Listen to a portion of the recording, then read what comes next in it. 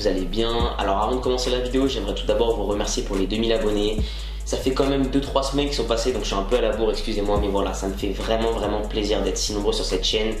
Je vous prépare pour la suite encore plus de nouvelles séries, encore plus de vidéos, et franchement ça me fait vraiment plaisir. Donc voilà, encore un grand merci à vous. 2000, franchement ça fait vraiment beaucoup de monde. Imaginez juste 2000 personnes autour de moi, comme ça fait chelou quoi. Donc voilà, merci à vous. Si nous sommes réunis ce samedi 26 mars, ce n'est pas pour rien, non, puisqu'aujourd'hui c'est notre 14 juillet à nous les sneaker addicts, c'est le Air Max Day. Alors qu'est-ce que c'est le Air Max Day? Le Air Max Day c'est tout simplement l'anniversaire de l'Air Max, la première Air Max qui a été créée en 1987 par Monsieur Tinker Hatfield, et cette année on fête sa 29e année, et du coup pour un petit peu célébrer cet anniversaire, j'avais envie de vous proposer un petit top 5 des Air Max que je préfère. Sans plus tarder, on va commencer le classement. À la 5e place, j'ai mis cette Air Max 97 Silver Bullet. Stop, je dis juste une petite bêtise, à savoir que le modèle que je présente n'est pas la Silver Bullet ou Bullet comme vous voulez, c'est la Silver simplement, à savoir que la Silver Bullet est juste le modèle Hyperfuse de la Silver.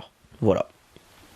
Concrètement, cette Air Max 97, je la chassais, je voulais vraiment la trouver, et je l'ai trouvée au dernier Sneaker Event. Je sais pas pourquoi, mais le design de cette basket avec une semelle qui paraît vachement aérée et des lignes comme ça arrondies, ça me fait penser à quelque chose qui va vite. Donc franchement, je trouve que ça fait vachement son charme. J'adore vraiment le design de cette paire, et la couleur argentée s'allie vachement bien au design super épuré de la basket. Du coup, vraiment gros pouce vert pour cette Air Max. Et en plus, sur le dessus, les petits traits sont rétro-réfléchissants, c'est du 3M, c'est-à-dire qu'en gros, je réexplique. Si on met un flash dessus, par exemple, si je l'expose à la lumière, et bah ça va rétro-réfléchir, c'est-à-dire que ça va un petit peu s'allumer si vous préférez, ça fait de la lumière. Et du coup, voilà, franchement, 5e place, cette paire que vraiment je trouve magique. Si jamais vous cherchez cette Air Max 97, je vous conseille ça. Donc ça, c'est Sneaker Vintage. Donc il me semble que Sneaker Vintage en ont pas mal des 97, donc je vous conseille d'aller voir, il y a leur Instagram dans la description et tout. Et donc voilà, ils ont pas mal de baskets vintage qui sont vraiment de bonne qualité, et en plus ils sont cool. Donc voilà, Sneaker Vintage, très bon endroit pour pécho, c'est 97. À la 4e place des plus belles Air Max, j'ai décidé de mettre la Air Max 95 en collab avec Para, c'est le modèle de Running Man. Donc c'est une collaboration de Nike avec l'artiste hollandais Para qui se sont associés pour faire justement cette Air Max 95. Et en fait finalement elle est assez simple cette Air Max 95, mais c'est l'association de couleurs très claires qui sont le blanc, rose, bleu avec le noir de la semelle qui sont justement choisis et très bien placés sur la paire. Et en fait finalement je ne sais pas quoi dire à part que je trouve que ça me fait un peu penser à ce qu'il fait Para en fait, c'est ça qu'il a voulu retranscrire. On retrouve vachement son identité sur cette paire, donc voilà, j'adore cette Running Man. On rentre maintenant dans le top 3 des plus belles Air Max selon moi, et du coup j'ai failli mettre cette Air Max plus haut, mais j'ai décidé quand même de la mettre à la 3e place parce que au dessus il y a vraiment du top level, mais j'ai décidé de mettre à la 3e place cette Air Max One Viotech. Cette Viotech est le fruit de la collaboration entre la marque japonaise Atmos et Nike. Les collabs entre Nike et Atmos sont à chaque fois attendues parce qu'elles sont vraiment magnifiques. On a notamment la Air Max One Elephant Print, on a eu aussi, alors cette année il y a eu la réédition, c'était la Safari, et qui a été rééditée, je ne sais pas pourquoi, avec un toe box poilu, donc c'est un peu chelou. Mais donc voilà, cette Viotech je la trouve magnifique, franchement elle est magique. Dommage que les bulles d'air ont du mal à tenir avec le temps, et en plus c'est une des seules, enfin il n'y en a pas beaucoup, franchement je connais pas le chiffre, mais je pense qu'il y en a une dizaine seulement, peut-être un peu moins, qui possède le fameux baby swoosh, donc c'est à dire le petit Nike sur l'extérieur du pied, et franchement ça fait tout son charme.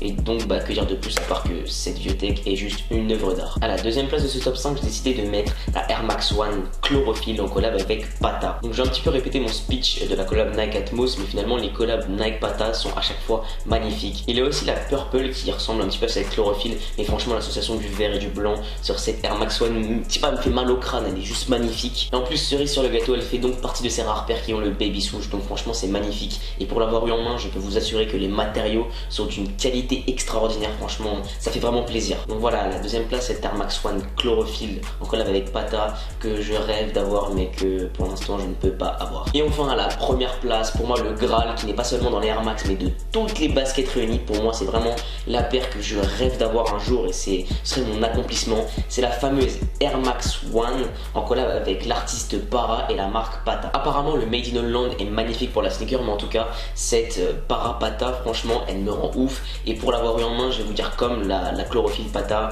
elle est d'une qualité magnifique, les matériaux sont juste tellement agréable à toucher. La spécificité de cette paire, c'est simplement l'alternance de couleurs au niveau des swoosh qui sont présents sur la basket.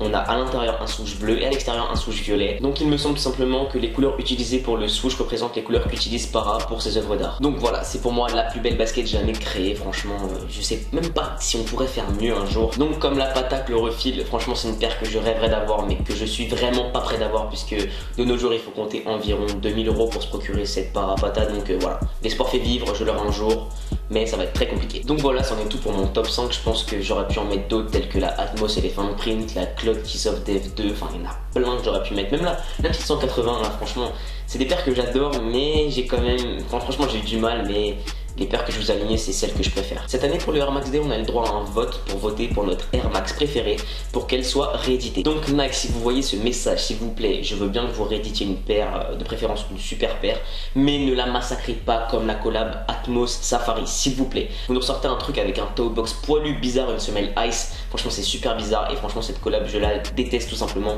mais je sais qu'elle sera forcément sold out même si elle est critiquée. C'est tout ce que j'ai à dire aujourd'hui, bonne fête à tous les sneakers addicts, prenez soin de vous, à la prochaine. Peace.